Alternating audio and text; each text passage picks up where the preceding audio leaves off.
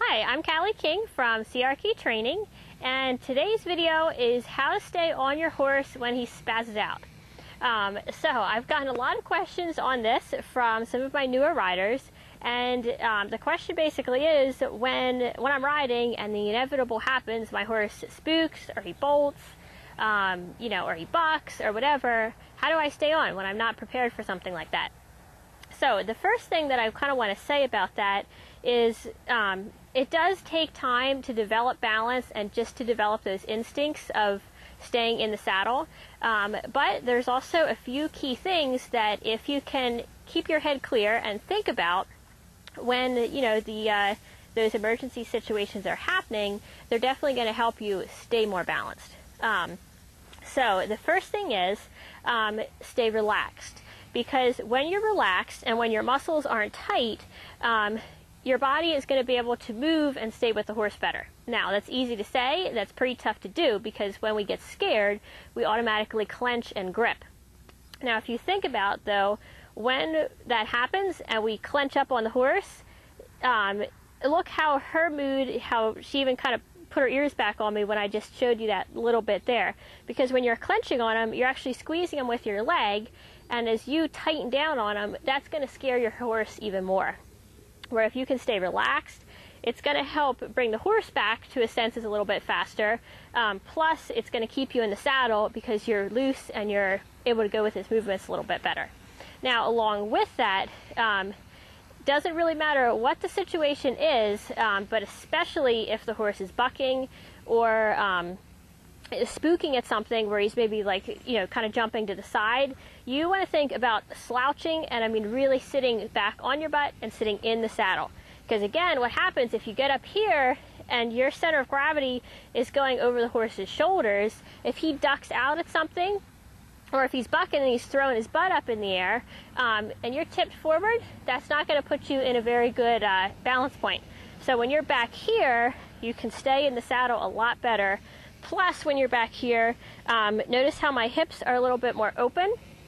So if you picture if Nell was like bucking or making a lot of movement right now, I'm able to stay with her a little bit better from back here, rather than I'm up here where everything's tight and I don't have as much freedom and range of motion. So those are the most important points. Try to keep your head clear, keep a nice deep seat, stay relaxed, just think about letting everything drop down into the saddle. It's going to help your balance, it's going to help calm your horse. Now, the other thing that I like to use when a horse is getting silly with me is, some people call it a pulley rein, some people call it emergency stop, spiral stop, but what I do is I pull their head right back like this. So notice one important point, I'm bringing it to my leg, I'm not bringing it up here anywhere. That's important because you don't want to throw the horse off balance, but I'm bringing it right here, and I'm holding her head here. Now, if she was acting up, for one, you're a lot stronger if you just concentrate on pulling in on one rein. Plus, when you get the horse's head back there, there's not as much he can do to carry on and such when his head is back like this. So it automatically gives you some control.